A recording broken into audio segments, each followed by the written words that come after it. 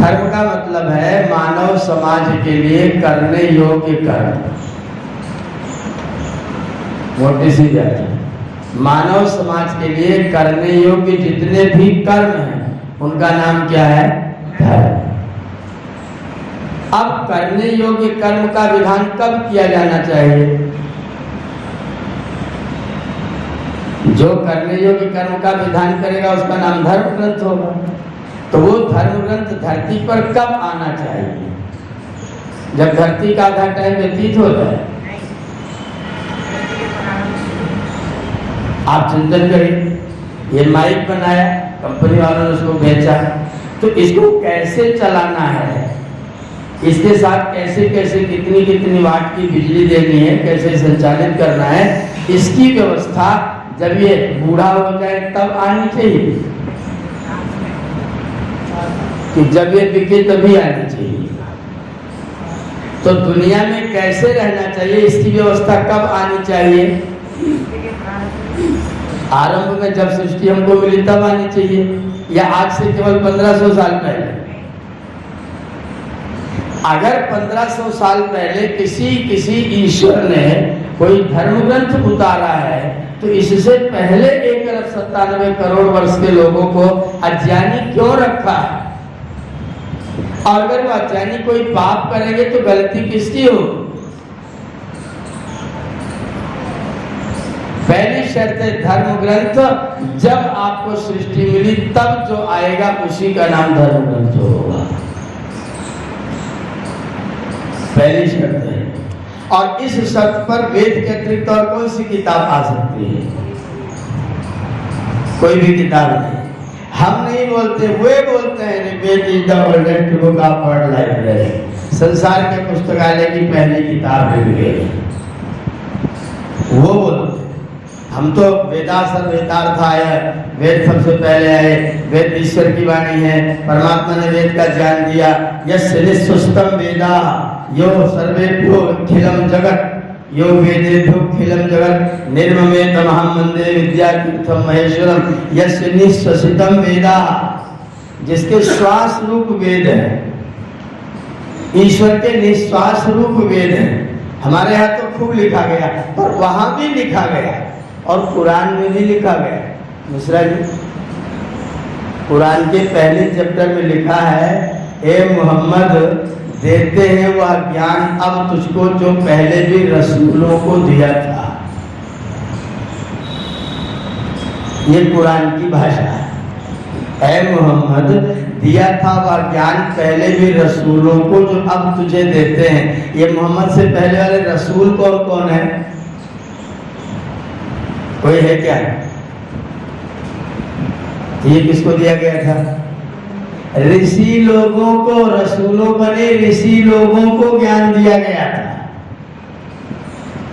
हे मोहम्मद, तुझसे पहले ऋषि लोगों को ये ज्ञान दिया गया था, तो अब क्या खतरा पैदा होगा कि दोबारा देना पड़ा?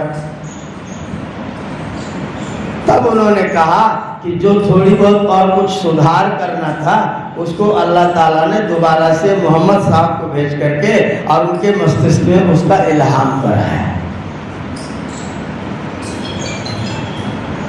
ये कुरान कह रहे हैं। अगर कोई धर्म ग्रंथ की रचना करने वाला व्यक्ति, ईश्वर, पुरुष, ऋषि, कोई धर्म ग्रंथ की रचना करने वाला व्यक्ति सृष्टि की आधी आयु लगभग व्यतीत हो जाने के बाद अपने सिद्धांतों में सुधार करके दूसरी बात भेज दे, तो जिन्होंने पहली बार गलती की होगी उनकी गलती की सजा क्या होगी? न्याय करें। 1500 साल के बाद में मैंने एक नियम बनाया गुरुकुल में। मान लीजिए जब गुरुकुल खुला तो मैंने नियम बनाया, जो विद्यार्थी यहाँ पर पढ़ेगा इस स्थिति में आकर के पढ़ेगा, ऐसे रह करके पढ़ेगा। जब 6 महीना व्यतीत हो गया तो मैंने कहा कि अब जो विद्यार्थी आएगा वो ऐसे रहेगा। तो जो विद्यार्थी बाद में आए हैं, अगर मैंने नियम को ढीला किया है तो उनको तो मैंने सरल कर दिया। तो जो पहले वाले 6 महीने वालों को मैंने दंड दिया, उसका दंड कौन भुगतेगा, वो कि मैं?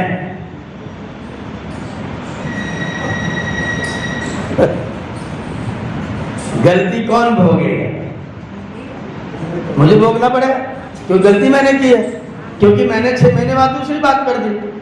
तो जिन लोगों को मैंने पहले दंड दिया वो तो सब मेरे ऊपर सवार हो जाएंगे। अगर परमात्मा ने अपने ज्ञान में 1500 साल पहले, आज से 15 साल पहले सुधार कर दिया, तो इससे पहले वालों की जो व्यवस्था दी थी उनको दंड कैसे होगा, और उनको दंड देने का हक परमात्मा को कैसे हासिल होगा? नहीं हो सकता। इसलिए कोई भी ग्रंथ वेद के अतिरिक्त धर्म ग्रंथ हो नहीं सकता है।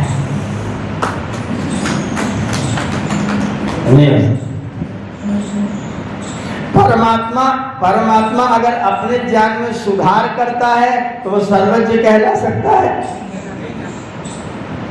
और जो सर्वज्ञ नहीं है वो सबके कर्मफल की व्यवस्था कर सकता है। जो सर्वज्ञ नहीं है वो सबके कर्मफल की व्यवस्था नहीं कर सकता। जो सर्वज्ञ नहीं है वो धर्म ग्रंथ फिर बना भी नहीं सकता। अगर उसने अपना संविधान बदला है, कुछ दिन के बाद सुधार किया है, तो फिर वो सर्वज्ञ कदापि नहीं है। अगर उसमें सुधार न करे, वैसा का वैसा ही दे, तब तो कोई बात नहीं, देते रहिए। पर अगर आप सुधार कर रहे हैं, एक तरफ आप स्त्री को इडे रंते हव्ये काम्ये चंद्रे ज्योते अदिते सरस्वती मही विश्रुति अग्न्या, यजुर्वेद अध्याय 8 मंत्र संख्या 43, एक वेद मंत्र में स्त्रियों के 11 विशेषण। ईश्वर ने स्त्रियों को ऐसे ऐसी ऐसी ऐसी ऐसी बताया, और बाद में कह रहा है कि इनको पुरुष की बाई हड्डी तोड़ करके बनाया गया, इनके अंदर जान नहीं होती। ऐसा परमात्मा भी सर्वज्ञ हो सकता है क्या? नहीं होगा। तो फिर वो सर्वशक्तिमान हो सकता है क्या? नहीं। तो फिर सबके कर्मफल का विधाता हो सकता है क्या? दुनिया में कोई न्याय रह सकता है क्या? इसलिए धर्मग्रंथ नाम की किताब अगर कोई होगी तो एक ही हो सकती है, जो सृष्टि के आदि में प्राप्त हुई हो। एक और बात, कोई धर्म ग्रंथ इसलिए बनाया गया है जिससे कि धरती पर जितने प्राणी आए सब चैन से, सुख से, आराम से रहे, किसी के साथ अन्याय न होने पाए, इसलिए व्यवस्था बनाई है। इसके लिए हमने व्यवस्था बनाई है। अगर ये व्यवस्था बाद में आकर के बदलती रहती है, तो अगर ये व्यवस्थाएं बदलती रहती हैं तो एक आदमी को परमात्मा को खुश करना है, परमात्मा ने कहा अपने बेटों की बलि दे दे। पहली बात तो परमात्मा ने महाबेवकूफ होगा, दरिद्र होगा। जो भक्त के बेटों की बलि मांगने लग जाए वो ईश्वर तो है नहीं, वो ईश्वर नहीं। चलो उसने कर दिया कि अपने बेटों की बलि दे दो। जब ये भक्त तैयार हो गया बलि देने के लिए, उनको लकड़ी पर गर्दन रखवा दिया, छुरा लेकर के खड़ा हो गया। जब वो मारने के लिए चला तो परमात्मा ने उसके लड़कों को हटा करके 2 बकरे हलाल करवा दिए। न्याय हुआ कि अन्याय? बलि मांग रहा था बच्चों की, दे किसको दिया? और कहा क्या? जो तुमको प्रिय हो उसको दान दे दो, बलि दे दो। तो बकरे प्रिय थे कि पुत्र प्रिय थे? बकरे प्रिय कि पुत्र प्रिय? तो पुत्र देना चाहिए कि बकरे देने चाहिए? तो जो बकरे दे करके खुश कर रहा है, उसी के नाम पर वर्षों तक ईद मनवा रहा है, वो भी परमात्मा है क्या? और जो परमात्मा ही नहीं है उसका कोई इल्हाम धर्म ग्रंथ हो सकता है क्या? हो ही नहीं सकता। वेद के अतिरिक्त और कोई किताब धर्म ग्रंथ के नाम पर नहीं आ सकती। इवन गीता भी, रामायण भी, महाभारत भी, जो किताब सृष्टि के आदि में नहीं आई है वो धर्म ग्रंथ नहीं हो सकती। धार्मिक ग्रंथ हो सकती है। गीता धार्मिक ग्रंथ स्वीकार है, रामायण इतिहास और धार्मिक ग्रंथ स्वीकार है, महाभारत इतिहास प्लस धार्मिक ग्रंथ स्वीकार है, लेकिन धर्म ग्रंथ, जब हमारा वेद चल रहा था, सबसे पहले परमात्मा ने जब संसार बनाया तो 4 ऋषि जो मुक्त अवस्था से आए थे उनको अपने सामने रखा और उनको 4 वेदों का ज्ञान प्रदान किया। जिसको ऋग्वेद दिया उसका नाम अग्नि, जिसको यजुर्वेद दिया उसका नाम वायु, जिसको सामवेद दिया उसका नाम आदित्य और जिसको अथर्ववेद दिया उसका नाम अंगिरा हुआ। ये नहीं हुआ कि अग्नि को ऋग्वेद दिया, ऐसा सिद्धांत कहीं मत बोलिए। परमात्मा ने अग्नि को ऋग्वेद नहीं दिया, जिसको ऋग्वेद दिया वो अग्नि कहलाया, जिसको यजुर्वेद दिया वह वायु कहलाया। और इसलिए जब जब सृष्टि बनेगी तो जिसको जिसको यजुर्वेद मिलेगा उसका नाम क्या होगा? वायु ही होगा। किसी भी सृष्टि में ये नाम परिवर्तन होने वाले, सूरज पूरब में उगता है, यह वाक्य सही है कि जहां सूरज उगता है उसे पूरब कहते हैं, यह वाक्य सही है।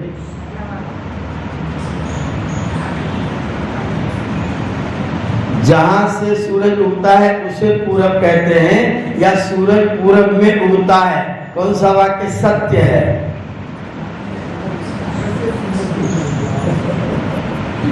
जहां सूरज उगता है उसे पूरब, सूरज किसी पूरब में नहीं उगता है। The sun rises in the east वाक्य गलत, यह वाक्य सही नहीं। जहां सूर्य उगेगा उसे पूरब कहते हैं। पूरब का निर्धारण सूर्य के कारण से होगा, सूर्य होगा तो पूरब होगा, अन्यथा कोई दिशा नहीं होगा। दिशा का मापक कौन है? सूर्य, तो जहां वो होगा वो दिशा होगा। ऐसे ही ऋग्वेद जिसको मिलेगा वो अग्नि हो, अग्नि को ऋग्वेद नहीं मिला, नहीं तो पक्षपात हो जाए। अगर अग्नि को ऋग्वेद मिलेगा तो जो अगली बार वाला मुक्तात्मा आएगा उसको ऋग्वेद क्यों न मिले?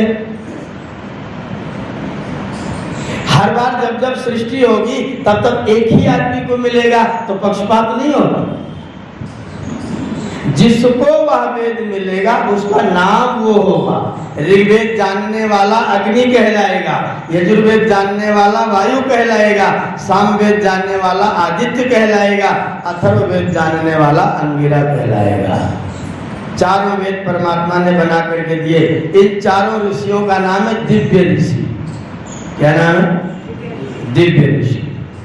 अब इन 4 ऋषियों के पास में अन्य जो ऋषि पैदा हुए थे जोड़े जोड़े, वो ऋषि लोग इन 4 के पास में पढ़ने के लिए गए। वो लोग इनके सबके शिष्य बने। उन्होंने जाकर के बारी बारी से इन लोगों के पास जाकर के अपनी पढ़ाई की। तो जो वो ऋषि हुए दूसरे नंबर वाले, उनका नाम क्या हुआ? श्रुत ऋषि।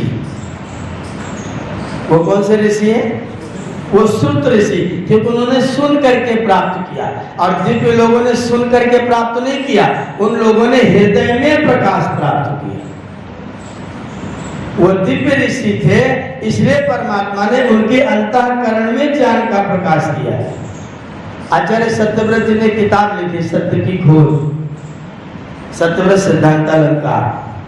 बहुत अच्छे विद्वान, आपके राज्यसभा के सदस्य थे, राजनीति में भी थे, कांगड़ी विश्वविद्यालय के कुलपति, प्रोफेसर, वेद विभाग अध्यक्ष, सब कुछ कई पद पर रहे।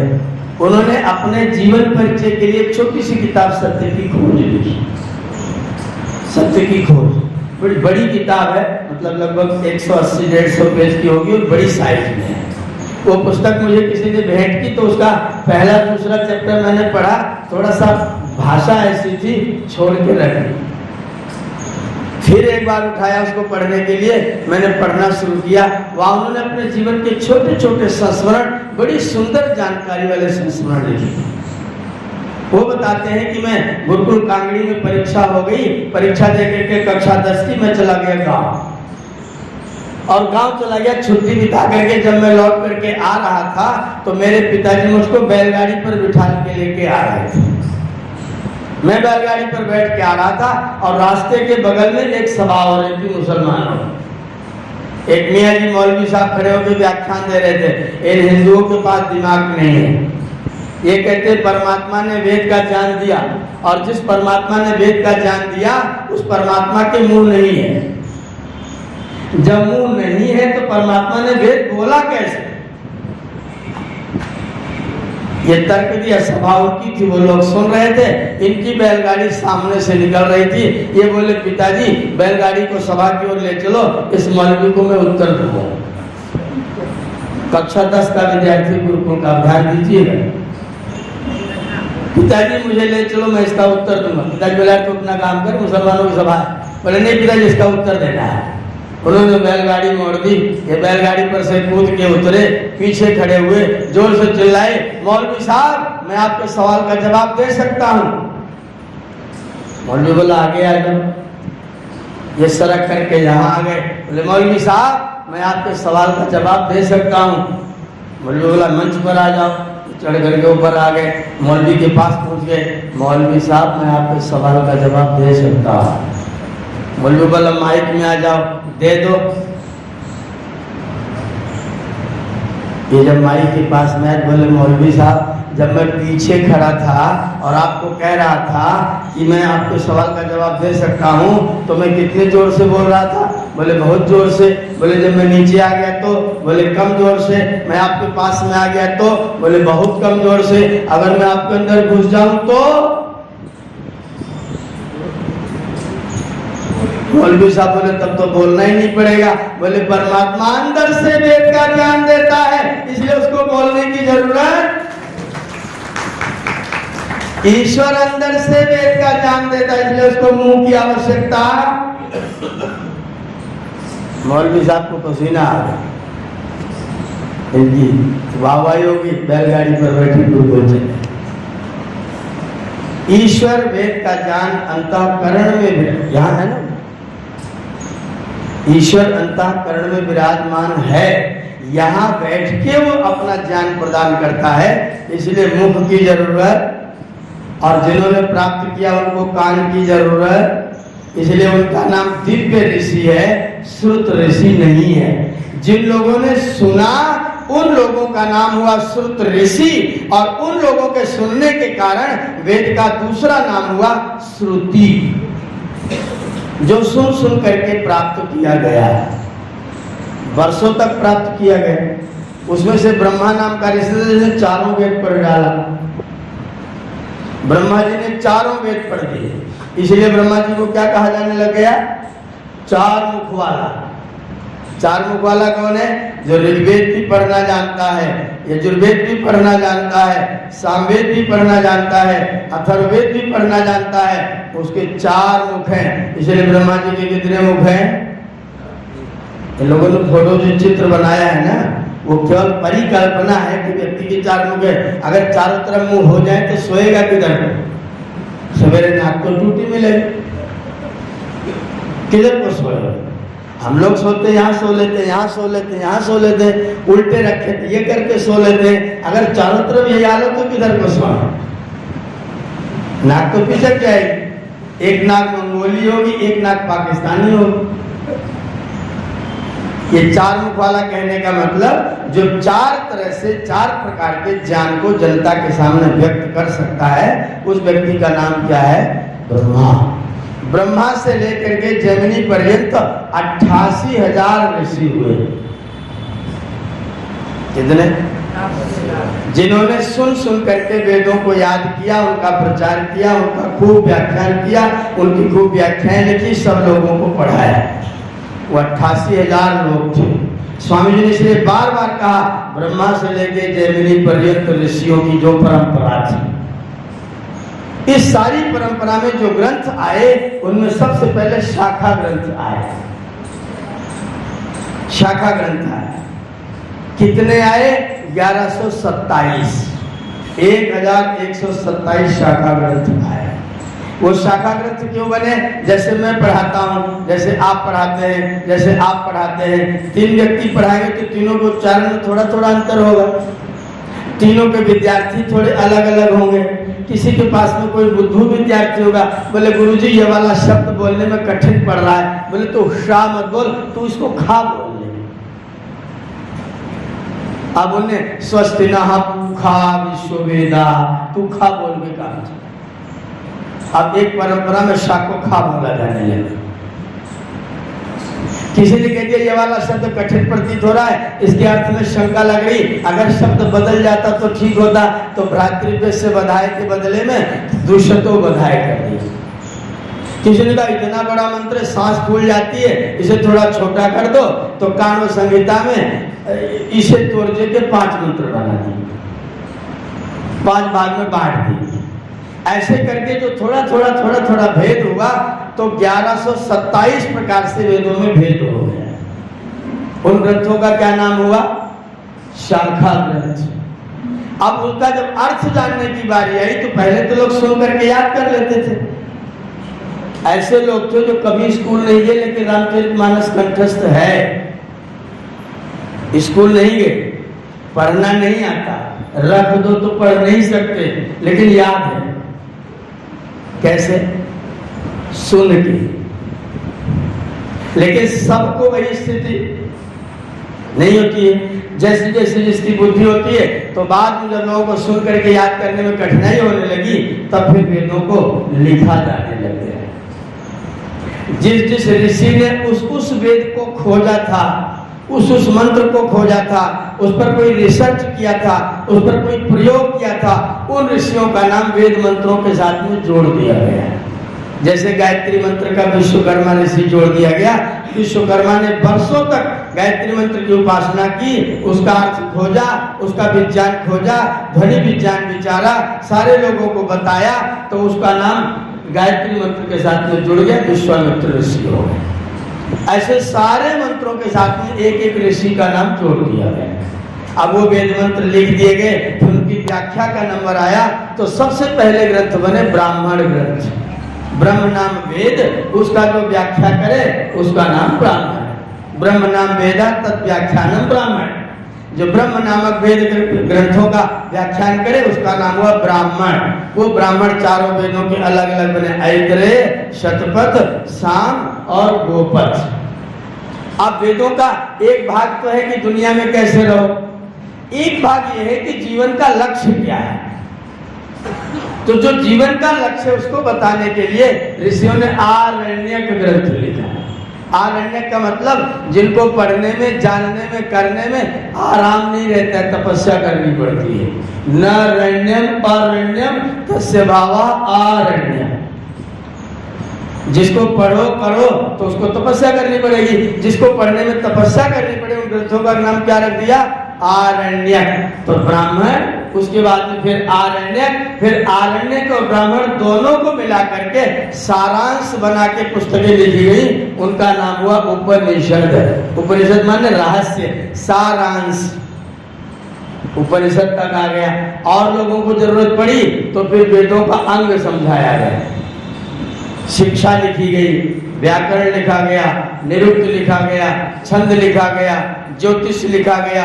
ये सारे ग्रंथ लिख करके वेद के अंग माने वेदों का परिचय कराने वाले ग्रंथ वेदांग बनाया गया।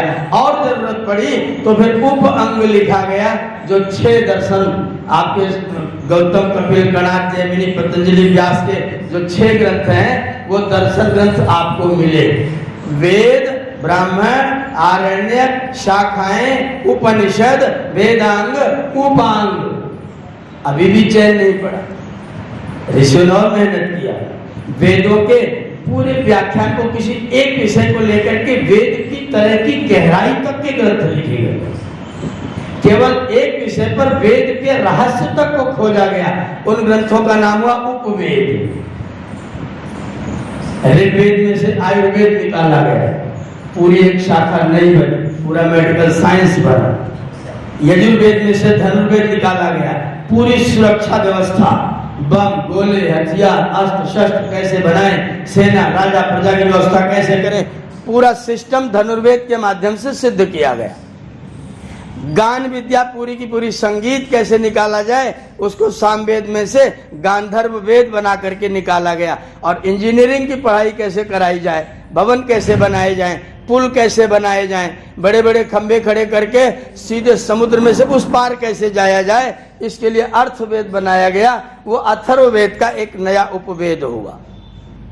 वेद से लेकर के उपवेद तक इतने लंबे चौड़े ग्रंथ का नाम है वैदिक वांग्मय। इतने ग्रंथों का नाम वैदिक वांग्मय। ये पूरी आईएएस की पढ़ाई है, जितना मैंने आपको बता दिया ये पूरे आईएएस की तैयारी करने का सब्जेक्ट है। वेद से लेकर के उपवेद पर्यंत जितनी पुस्तकें हैं, इन पूरे के पूरे ग्रंथों का नाम है वैदिक वांग्मय। इसको हम लोग पढ़ते थे, पढ़ाते थे। ये सारे ग्रंथ जाने जाते थे, ये सारे ग्रंथ पढ़ाए जाते थे। गुरुकुलों में जाते थे विद्यार्थी, एक एक गुरु एक एक चीज का माहिर होता था। विश्वामित्र जी धनुर्वेद के इतने बड़े ज्ञाता। राम जी को लेकर के गए और मात्र 10-20 दिन के अंदर उनको ऐसे ऐसा ज्ञान दे दिया कि किसी को भी मारने की जरूरत पड़े व्यक्ति कर सकता है। एक एक आचार्य एक एक विषय का अति गंभीर विद्वान, और विद्यार्थी गुरुकुल में जाएगा 25 वर्ष तक और कुछ नहीं करेगा, केवल गुरुओं की सेवा और विद्याध्ययन करेगा। 1,97 करोड़ वर्षों तक हमने इस परंपरा का पालन किया और हम सुखी रहे। धरती पर चक्रवर्ती साम्राज्य रहा, बहुत आनंद से लोगों ने अपने जीवन को व्यतीत किया। धीरे धीरे हम लोगों ने थोड़ा आलस्य करना प्रारंभ हो किया। मैं दूसरे लोगों को बाद में दोषी बताता हूँ, पहले हमारा दोष हुआ। हमने आलस्य किया है। हमने अपने ग्रंथों को कुछ लोगों ने धूर्तता की, कुछ लोगों ने मूर्खता की। कुछ लोगों ने धूर्तता की, कुछ लोगों ने मूर्खता की। पंडित जी लोग जो थे, जो ब्राह्मण जिनका काम वेद को याद करके सुनाना, पढ़ाना, करना, कराना था, उन लोगों ने सोचा बड़ी मेहनत करनी पड़ती है, थोड़ी जुगाड़ करते हैं, अपनी मेहनत को कम कर लेते हैं। कैसे करेंगे? अगर यजमान पढ़ा लिखा होगा, अगर यजमान को हवन के सब मंत्र आते होंगे तो पंडित जी किताब देख के पढ़ेंगे। अगर यजमान सब मंत्र बिना देखे बोले और पंडित जी किताब देख के बोले तो पंडित जी को शर्म लगेगी नहीं लगेगी? तो पंडित जी को याद करना पड़ेगा। तो पंडित जी क्या जुगाड़ बनाए? यजमान को पढ़ने से रोक दिया जाए। पंडित जी लोगों ने क्षत्रिय लोगों के लिए इतनी मोटी मोटी किताब लिखी, पूरा संस्कृत साहित्य इसी से भरा पड़ा। रघुवंशम, हर्षचरितम, नैषधचरितम, सारी किताबें केवल राजाओं को चने के पेड़ पर झूला लगवाने की व्यवस्था है। इसीलिए स्वामी जी ने सारी किताबों को पढ़ने से मना किया है। उनका ये किताब पढ़ने की कोई जरूरत नहीं, क्योंकि सब फरेब है। जो कुछ नहीं करता उसके लिए पन्ना पन्ना भर के रखी है। पंडित जी लोगों ने किताब लिखी, राजा लोगों की प्रशंसा की, राजा लोगों से इनाम लिया, बोले तुम इतने श्रेष्ठ हो, तुमको पढ़ने की क्या जरूरत है, तुम एकदम मत पढ़ो। लाला जी तुम क्या करोगे पढ़ के? व्यापार बढ़ाओ, पैसा कमाओ, धन कमाओ, तुम भी मत पढ़ो। शूद्रों को तो पढ़ने का हक ही नहीं है और महिलाओं को जानने का कोई हक नहीं। आप पंडित जी को याद करना पड़ेगा क्या? महिलाओं को आता नहीं। आपको एक किताब बताऊं, सायण और माधव। क्या किताब है? सायण और माधव। किताब के लेखक है बलदेव उपाध्याय, इतिहास ग्रंथ है। उसमें उन्होंने सायण की भाष्य भूमिकाओं का संग्रह किया है। सायण ने चारों वेदों का अर्थ किया और चारों वेदों का अर्थ करने से पहले चारों वेदों की भूमिका लिखी। उसकी भूमिकाओं पर मैंने पीएचडी कराई। सायण की चारों भूमिकाओं पर मैंने पीएचडी कराई। इसके लिए मैंने उसको बहुत गंभीरता से पढ़ा। ऋग्वेद भाष्य की जो भूमिका उसने लिखी है, उस भूमिका के पेज नंबर 2 पर उसने लिखा, वेद को पढ़ने का अधिकार किसको है? तो लिखा वेदा ही यज्ञार्थमभिप्रवृत्ता। वेद भगवान ने किस लिए बनाए हैं? हवन करने के लिए बनाए हैं। सब सत्य विद्याओं का पुस्तक है, स्वामी जी कह रहे हैं। और साईं क्या कह रहे हैं? परमात्मा ने वेद हवन करने के लिए बनाए हैं। हवन बिना स्त्री के नहीं करना चाहिए, ध्यान दीजिएगा। हवन बिना स्त्री के नहीं करना चाहिए। स्त्री ना हो तो हवन नहीं करना चाहिए। और स्त्री को वेद नहीं सुनना चाहिए। वेद किसके लिए बने? यज्ञ करने के लिए। स्त्री ना हो तो यज्ञ मत करो, और स्त्री हो तो वेद मत पढ़ो। आप वेद कब पढ़े? तब फिर पंडित जी लोगों ने जुगाड़ किया, वेद को बंद किया अलमारी में और पुराण के श्लोक पढ़ करके हवन कराना शुरू किया।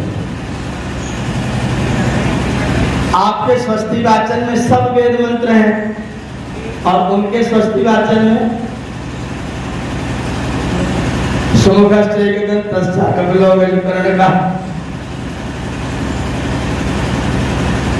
सारे भानु शशि भूमृतो बुधश्चाग्नि शुक्रासन राहु केतवा सर्वे ग्रहा शांतिकरा भवन्तु। कोई विज्ञान थोड़ा बहुत बड़ा विद्यार्थी राहु और केतु को ग्रह के रूप में स्वीकार करता है? राहु और केतु नाम का कोई ग्रह है ही नहीं, तो क्या शांतिकर होगा? लेकिन पंडित जी के पत्र में है। वेद का पढ़ना पढ़ाना छोड़ा दिया गया और कुछ लोगों ने छोड़ दिया। परिणाम क्या हुआ? उसके विकल्प के रूप में किताबें आना शुरू हुई। पुराण आए, बड़े बड़े 18 पुराण, 18 उप पुराण। और उनकी प्रशंसा करने के लिए क्या लिखा गया कि वेद को समझना हो तो पहले पुराण को समझो।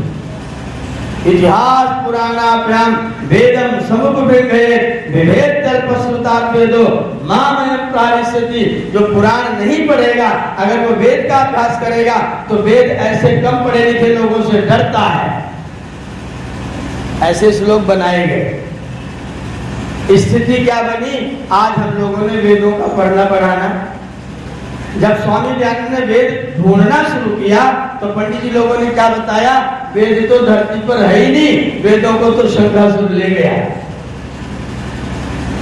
जिनके पास रखे थे उन नालायकों ने दिया नहीं। स्वामी जी को वेद की पुस्तक जर्मनी के पुस्तकालय से ढूंढ के मंगानी पड़ी। भारत के लोगों ने स्वामी दयानंद सरस्वती को वेद नहीं दिया। झेलम के जो पंडित है ना, कश्मीर के पंडित, आज पिट रहे हैं, रो रहे हैं, जिनकी हम फिल्म देख देख के उनके प्रति आकर्षित हो रहे हैं। ये महानालायक लोग स्वामी दयानंद को जब कश्मीर जाने का अवसर आया, महाराज ने कहा कि आप हमारे राज्य में प्रचार के लिए आइए। जब इन पंडितों ने सुना कि स्वामी दयानंद आ रहे हैं, सारे पंडित इकट्ठा होकर के गए राजा के पास। अगर दयानंद मेरे राज्य में प्रवेश करेगा तो हम झेलम नदी में कूद करके डूब मरेंगे, आत्महत्या कर देंगे और उसका पाप तुम्हें झेलना पड़ेगा। राजा इनसे डर गया, राजा मान गया, महाराज आप हमारे यहाँ मत आए। स्वामी श्रद्धानंद को कश्मीर में प्रवेश नहीं करने दिया, स्वामी दयानंद को कश्मीर में प्रवेश नहीं करने दिया। आज खुद भी प्रवेश नहीं कर पा रहे हैं। पूरी की पूरी व्यवस्था धीरे धीरे आलस्य से, प्रमाद से, कुछ अपने स्वार्थ में, मेरा लाभ हो जाए, बाकी दुनिया भाग में जाए, मेरा फायदा हो, इनकी सारी उपाधि, सारी ब्राह्मणों की उपाधियां वेद के आधार पर थी। ऋग्वेद पढ़ेगा तो पाठक, ऋग्वेद पढ़ेगा तो पाठक, यजुर्वेद पढ़ेगा तो दूसरा वेद इसलिए द्विवेदी, तीसरा वेद सामवेद पढ़ेगा तो त्रिवेदी, चौथा पढ़ेगा तो चतुर्वेदी। यजुर्वेद में शुक्ल और कृष्ण दो भाग है, दोनों पढ़ेगा तो मिश्रा मिला के पढ़ता है। शुक्ल भी पढ़ता है, कृष्ण भी पढ़ता है। शुक्ल ही पढ़ता है तो शुक्ला, शुक्ल यजुर्वेद पढ़े तो शुक्ला, कृष्ण ही पढ़े तो भट्ट, दोनों को पढ़े तो मिश्र, पढ़ के पढ़ाने लग जाए तो पाठक। पढ़ करके पढ़ाने लग जाए तो उपाध्याय, और पढ़ करके रिसर्च करने लग जाए, खोजबीन करने लग जाए तो पांडे, पंडाया पद्यम पांडेय। सारी ब्राह्मणों की उपाधियों का आधार क्या है? और वेद को खत्म कर दिया, लेकिन उपाधियां स्कूल गए नहीं, बीए बने घूम रहे हैं, स्कूल में भर्ती नहीं हुए, बीए है साहब। हम शुक्ला जी हैं। शुक्ला माने क्या होता है? तो हमारे पिताजी शुक्ला थे। पिताजी शुक्ला थे, तुम क्या शुक्ला हो गए भैया? पिताजी ने एमए किया तो बेटा एमए होगा क्या? ये सब शैक्षणिक उपाधियां की सारी शैक्षणिक उपाधियां थी। जिन्होंने 6 अंक पढ़ा उड़ीसा में सडंगी, उड़ीसा में सडंगी 6 अंक पढ़ने वाले, ये सारे की सारी ब्राह्मणों की सारी उपाधियां वेद के आधार पर है। हमने वेद का पढ़ाना छोड़ा, इन तथाकथित ग्रंथों को अपनी जेब में लगाया, और आज ये तथाकथित कथावाचक कहते हैं कि कलयुग में वेद किसी की समझ में नहीं आएगा। कलयुग का महामंत्र रामचरितमानस है। कलयुग का महामंत्र रामचरितमानस। कलयुग में वेद किसी की समझ में नहीं आएगा। पंडित जी कथा कह रहे थे, मैं कथा में जाके आगे बैठा था। पंडित जी ने कहा वेद में 1 लाख मंत्र हैं। मैंने तुरंत पर्ची बनाई, महाराज आपने बहुत कृपा की, वेद में 1 लाख मंत्र होते हैं, आपने बता दिया, कृपा करके भी बता दीजिए कौन से वेद में कितने मंत्र होते हैं, कौन से वेद में कितने मंत्र हैं, कृपा करके ये भी बता दीजिए। पंडित जी ने ऐसे माइक पर हाथ रखा, बोले लगता है कोई नालायक आर्य समाजी सभा में बैठा है। कोई आर्य समाजी सभा में बैठा। मैं खड़ा हूं, मैंने कहा आप कह रहे कलयुग में वेद किसी की समझ में नहीं आता, मैं यही खड़ा हूं, कोई किताब लेने नहीं जाऊंगा। आप वेद का कोई सा मंत्र आपको आता हो तो पढ़ के सुनाइए, अर्थ मैं बता रहा हूं। यही खड़ा रहूंगा, कोई किताब लेने नहीं जाऊंगा। आप कोई मंत्र कहीं का पढ़िए, वेद का मंत्र हो आप पढ़िए, अर्थ मैं बता रहा हूं। बोले ऐसे कैसे बताएंगे? मैंने कहा बहस का विषय नहीं है, सीधा मंत्र बोलिए, सीधा सुन लीजिए। ऐसे कैसे बताएं? बिल्कुल वाक्य बोलने की जरूरत नहीं है। आपको वेद बोलो, अगर आपको एक मंत्र याद हो तो। पसीना ऐसे इधर से टपकने लगता है। नहीं हमें तो याद नहीं है। मैंने कहा जिसको वेद याद नहीं है वो ये घोषणा किस मुंह से करता है कि वेद किसी की समझ में नहीं आएगा? उसको हक कैसे है कि वेद किसी समझ में आता है कि नहीं आता है? बोले आप यहाँ से जाइए, नहीं तो हम चले जाएंगे। आप यहाँ जाए तो हम चले जाएंगे। तो जो जनता बैठी थी बोले आचार्य जी छोड़िए। मैं चला गया, घूम करके जब वो कथा खत्म करके अपने कमरे में पहुंचे तो उनके कमरे में पहुंच गए। वो अयोध्या के महाराज जी, मैं उनके कमरे में पहुंचा। बोले आप मेरे पीछे क्यों पड़े हैं? मैंने कहा आपके पीछे नहीं, आपके आगे खड़े हैं। इधर पीछे कहाँ? बोले आप चाहते क्या है? मैंने कहा मैं चाहता हूं कि मंच पर असत्य ना बोला जाए, केवल इतना चाहता हूं कि आप मंच पर असत्य मत बोलो। बोले हमें आता ही ना हो तो? बोले तो ना बोलिए, नहीं आता हो। आपको रामचरितमानस आता है, रामचरितमानस बोलिए, वेद पर कोई टिप्पणी आप मत करिए। आपको नहीं आता तो वेद का नाम आप ले क्यों रहे? आप वेद से रामचरितमानस की तुलना कौन करेगा? जिसको दोनों आता होगा। मुझे दोनों आता, मैं तुलना कर सकता हूं। आप तुलना कैसे करें जिसको एक ही आता है? आप अपने मंच पर आज के बाद लिखित में मुझे दीजिए कि आज के बाद आप वेद का नाम मंच पर नहीं लेंगे। और मैं कसम खाता हूं कि अगर आप वेद का नाम नहीं लेंगे तो कल से आपको कथा बंद करनी पड़ेगी, क्योंकि रामचरितमानस में 350 बार वेद शब्द का प्रयोग। तो कथा कैसे कहो? रामचरितमानस में वेद शब्द का प्रयोग है और आप रामचरितमानस कहोगे तो कथा नहीं कह पाओ। इतनी दुर्वस्था है, हम सब लोगों से बातचीत करते हैं, जानते हैं, देखते हैं, सुनते हैं, एक ही रास्ता, ये सारी कहानी के पीछे मेरा सुनाने का मतलब है फिर से बैक टू वेदास, फिर से आपके पास ख्याति है, आपके पास विरासत है और उस विरासत के सामने पूरा विश्व नतमस्तक है। उस विरासत के सामने पूरा विश्व नतमस्तक। वेद का नाम लेने के बाद किसी को बोलने की हिम्मत, मैं सभाओं में बैठता हूँ बड़े बड़े विश्वविद्यालय में, वहां जाके जब पता लगता है आदमी व्याकरण में पीएचडी है तो सबको सब सुन हो जाए, उसके बाद फिर सरेंडर होकर बातचीत करना शुरू करते हैं। जब आपके पास में ये अस्त्र है तो आप क्यों भूले भटके पड़े हुए हैं? आप क्यों इन ग्रंथों को धन के रूप में घोषित करके और अपने पतन का रास्ता सिखा रहे हैं? छोड़ दीजिए, वेद की शरण में आइए। कोई नहीं कह सकता कि कलयुग में वेद समझ में नहीं आएगा, क्योंकि वेद का अर्थ हिंदी में बहुत अच्छे तरीके से किया जा चुका है।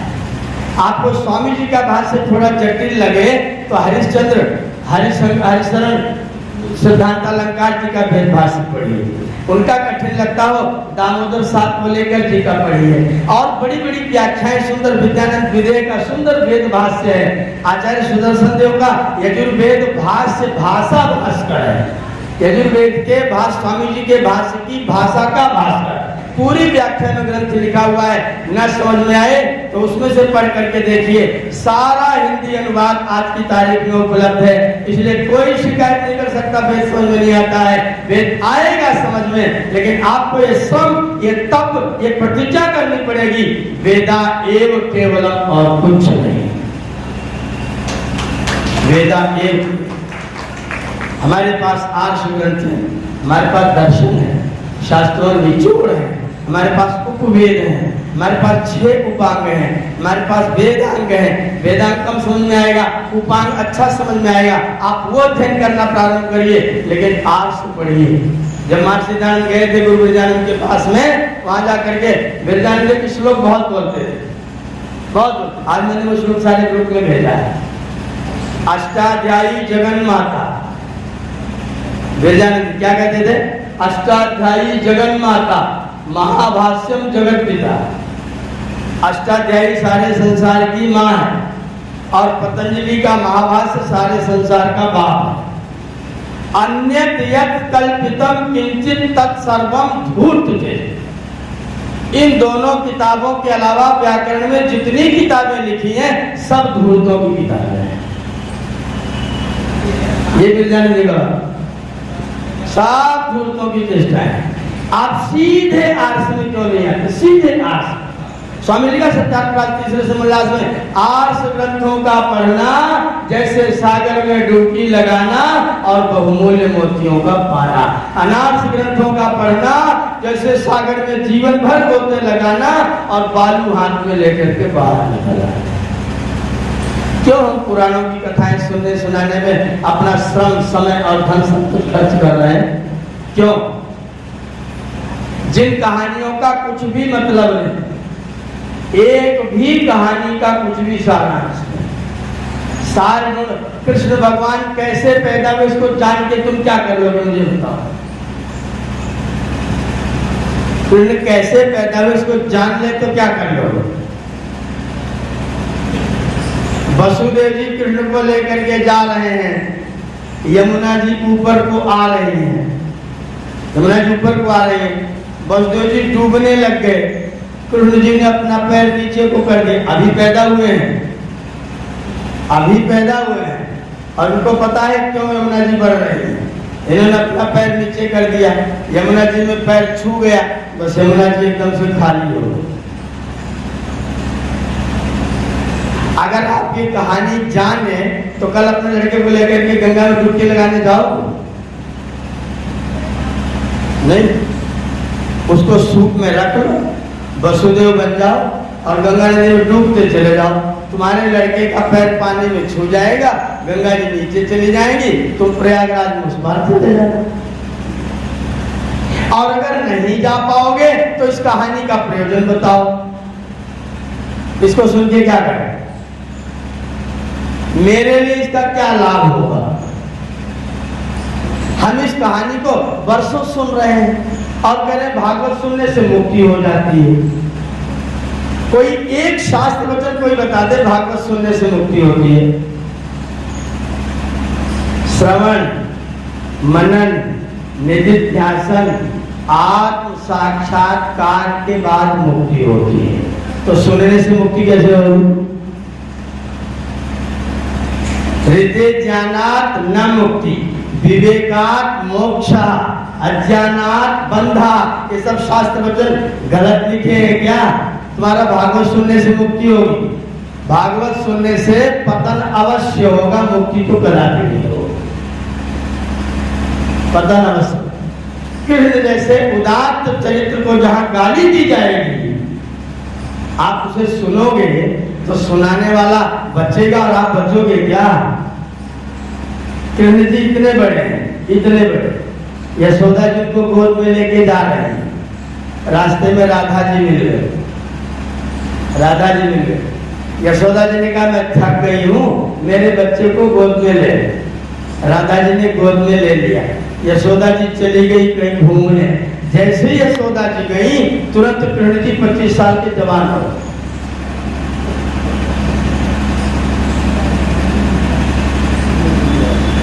तुरंत 25 साल के जवान हो गए। साक्षात ब्रह्म वैवर्त पुराण में ये शब्द लिखे जो मैं आपको सुना रहा। यशोदा जी जब चली गई तो कृष्ण जी 25 साल के जवान हो गए। जवान होकर के राधा जी के साथ में भोग किया। जब यशोदा जी आई तो कृष्ण भगवान फिर 3 साल के हो सरक गए।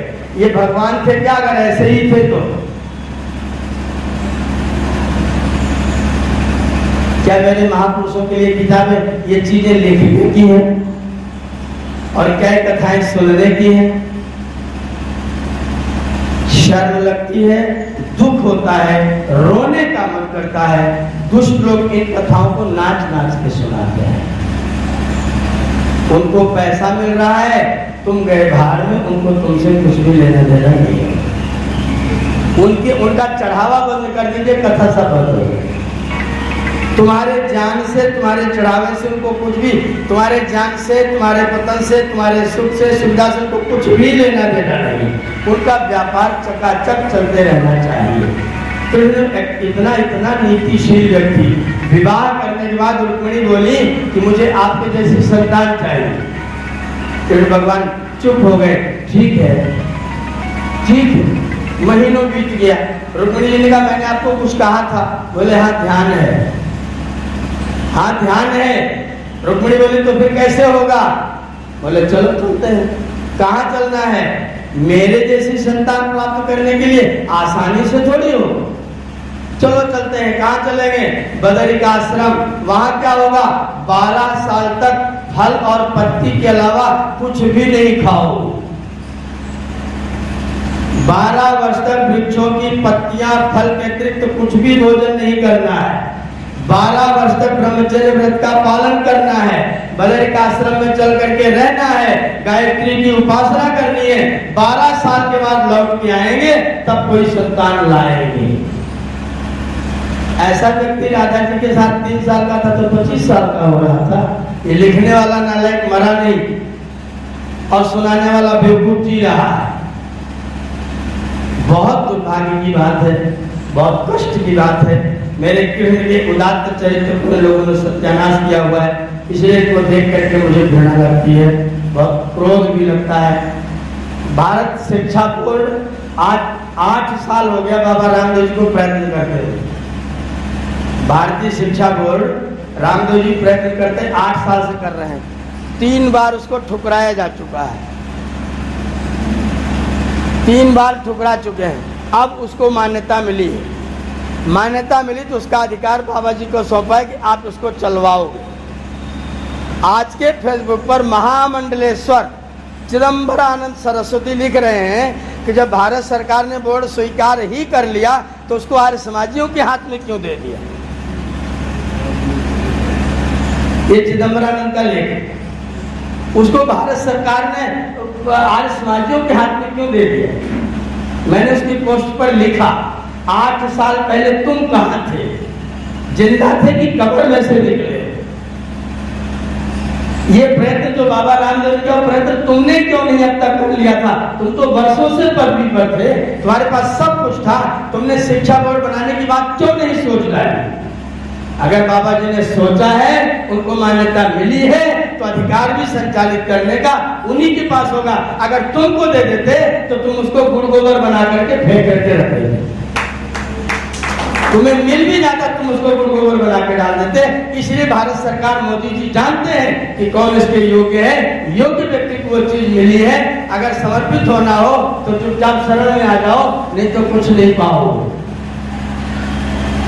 इतनी विचित्र बुद्धि वाले लोग हैं, इतनी विचित्र बुद्धि वाले लोग हैं। इनकी कथा क्या सुनाना है। मेरा तो निवेदन केवल इतना है, आपके पास उपांग से लेकर के उपवेद से लेकर के पवित्र वेदों तक बहुत लंबी ग्रंथों की श्रृंखला है।